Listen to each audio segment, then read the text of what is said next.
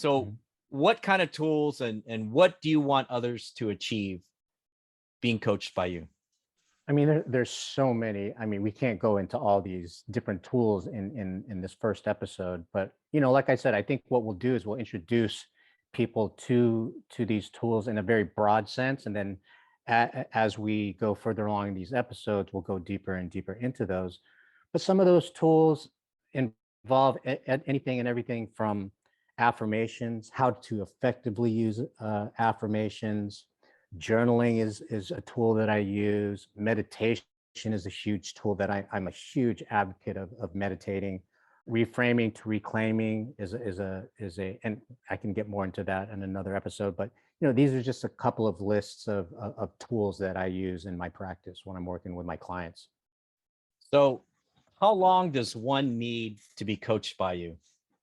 Do you kind of figure that out? Is it 30 days, 60 days, 90 days? Well, my practice is a 3-month program, and we meet an hour and a half at least a week, and we establish a base and a foundation. And I don't give all the tools right away. I roll them out very systematically, so that it's not information overload. And we just go through that process from week to week. We share the wins that the clients have, address maybe any tweaks and adjustments that may take place, and assign homework for them to work throughout the week. And we do that for 3 months. Sometimes the work takes a little bit longer. Sometimes people only need me for 3 months, and then they may come back in for like a tune-up.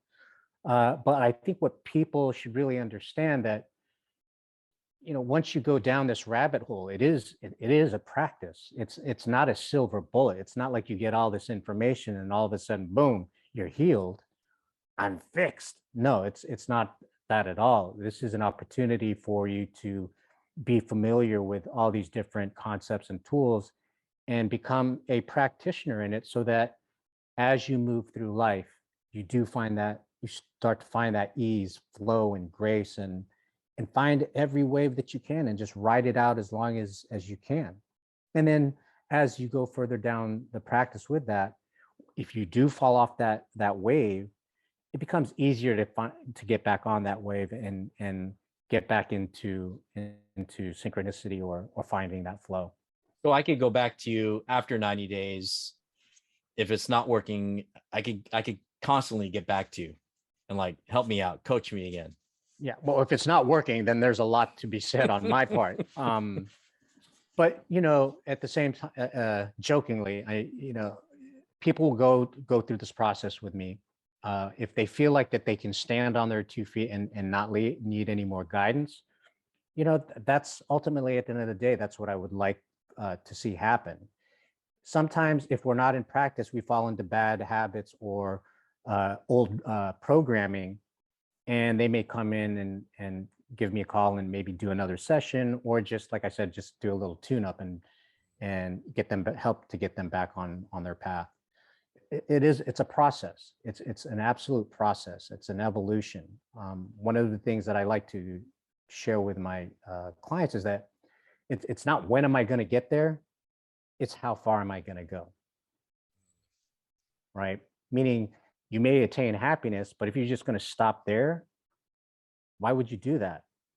If you have the tools and practice, why not continue and expand that happiness and see where that takes you? Yeah, because I could be happy at my job, but I'm not happy at home. Yeah. Right. So yeah. And why are you happy at work and not at home? I don't know.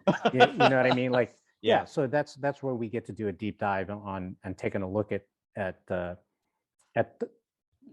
things like that, and really start to address maybe some deeper issues that may be in there that you may not be aware of. Part of what I do is help to see blind spots, right? Mm-hmm. We may think we know what's happening. Part of what I do is saying, oh, okay, I can understand this perspective where you're coming from. Have you thought about looking at it from this perspective? Part of what coaching is asking powerful questions so that people have that opportunity to take a look from another side. And if they see that, there may be an aha moment for them where it could be a total game changer in the way Yeah. they view things or how they operate. And magic can happen from that.